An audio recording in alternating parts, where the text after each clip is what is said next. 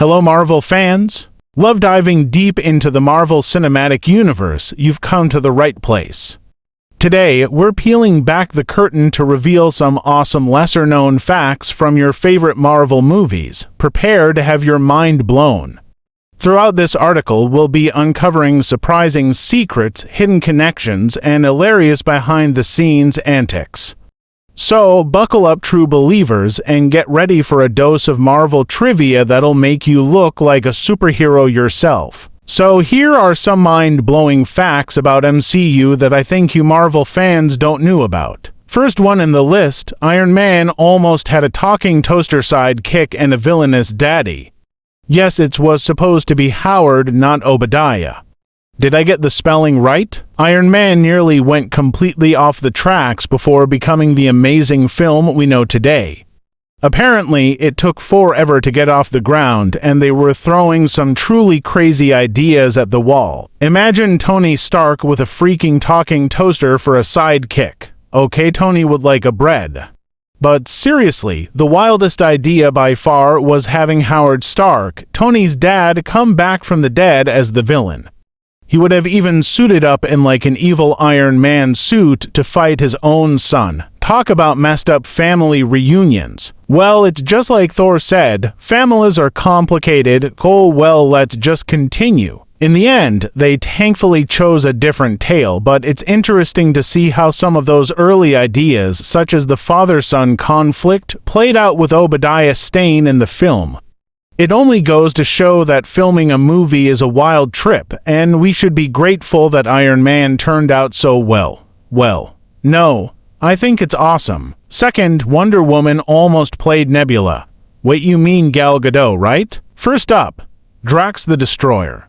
Jason Momoa nearly brought the Guardians of the Galaxy's most powerful member to life. While discussions went over budget, opening the path for Dave Bautista's renowned portrayal, it's entertaining to envision a fiercer, more moody Drax played by the future Aquaman. Gal Gadot, also known as DC's Wonder Woman, was originally considered for a part in the MCU. She auditioned for Gamora's adopted sister, Nebula, a cybernetically enhanced warrior. If she had landed the role, the DCU's Justice League may have looked very different, with a new actress carrying the lasso of truth. These near misses demonstrate the curious ripple effects of casting decisions. While we can't turn back the clock, it's a fascinating mental experiment to imagine how the MCU we know and love could have been influenced by a few alternative choices. These near misses highlight the fascinating ripple effects of casting choices. While we can't rewind the timeline, it's a fun thought experiment to ponder how the MCU we know and love could have been shaped by just a few different decisions. Okay, I'll do you one better. Why is Drax the Destroyer? Well, I think Dave Bautista is perfect for the role. What do you think, Marvel fans? Leave a comment below. Let's go to number 3. The Wasp that almost buzzed into the Avengers. What? Now that would be big. Got it, big, the Wasp. All right, as I was saying. Remember when Hope Van Dyne finally flew as the Wasp in Ant-Man and the Wasp? Buckle up, because Janet Van Dyne almost had a superhero coming out party much sooner. It turns out that Janet was written into an early draft of the Avengers. Apparently, director Joss Whedon was unsure about Scarlett Johansson reprising her role as Black Widow, but his love for Janet, who can blame him, certainly played a part. Whedon himself admitted the draft went a bit overboard on the Waspiness, explaining, "I was like, she's adorable. I'm just going to write her." Unfortunately, how she would have fit into the story remains a mystery, another reason Wasp got stung. Marvel wanted to give Edgar Wright more time to develop Ant-Man, which meant no Hank Pym or Scott Lang in the Avengers. So, Wasp had to wait for her own and well-deserved superhero spotlight. Okay, next fun fact is 7 chaotic days, the week that launched the MCU. Remember when we finally got that official MCU timeline? It turns out, one week in particular was absolutely bonkers. Iron Man 2, The Incredible Hulk, and Thor all happened at the same time. Imagine that the world was suffering from Tony Stark's public superhero reveal in Iron Man. Then, wham, in Iron Man 2, Whiplash strikes. In The Incredible Hulk, just as people are struggling to comprehend a man in a metal suit, Bruce Banner hulks out and fights Abomination. And to top it all off, Thor crashes on Earth with the Destroyer robot, unleashing havoc. Talk about superhero overload. As Vision would later say in Avengers: Age of Ultron, superheroes attract trouble. Well, this week in the MCU was the ultimate example. In just 7 days, the world went from having no public superheroes to facing 3 major threats simultaneously. This chaotic week truly marked the beginning of the Age of Heroes, a time where humanity had to adjust to a world with superpowered beings. Okay, the next one will surely give you the chills.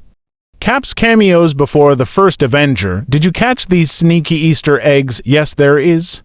Sure, we all remember spotting Captain America's shield prototype in Tony Stark's lab during Iron Man 2, but did you blink and miss these even earlier hints of Cap's arrival? The eagle-eyed among you might have noticed a deleted scene in The Incredible Hulk. Take a close look. It features Cap, frozen in a block of ice alongside his trusty shield, after a tussle with the raging Hulk. Talk about a chilling cameo. Okay, let's continue. And that is not all. The bird's-eye view of the crater where Thor's hammer lands in the same film is similar to Captain America's shield design. Subtle, but definitely present, these creative Easter eggs laid the groundwork for Cap's big debut in Captain America, the First Avenger, generating excitement for the hero who would become a cornerstone of the MCU. But still, why did MCU deleted the scene in The Incredible Hulk? Watch out for my next video to find out. Now on to the next. In a surprising twist for even the most devoted Marvel enthusiasts, Benedict Cumberbatch portrayed not only Dr. Stephen Strange in Doctor Strange, but also the antagonist. The cloud-like monster with the resonant voice, Dormammu, was animated by Cumberbatch's performance and motion capture skills. This double-duty performance adds another layer to the film.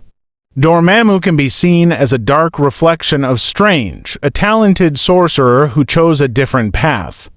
By having Cumberbatch play both roles, the movie visually reinforces this connection. It's a subtle detail, but one that makes you appreciate the film's craft even more. So, MCU, he made a bargain. Okay, that's funny, right? And there you have it, MCU fans. Do you have some MCU secrets that you might want to share? Comment down below. Before I end this video, don't forget to like, share, and subscribe to my channel. Thanks for watching, and I'll see you on my next. Bye-bye.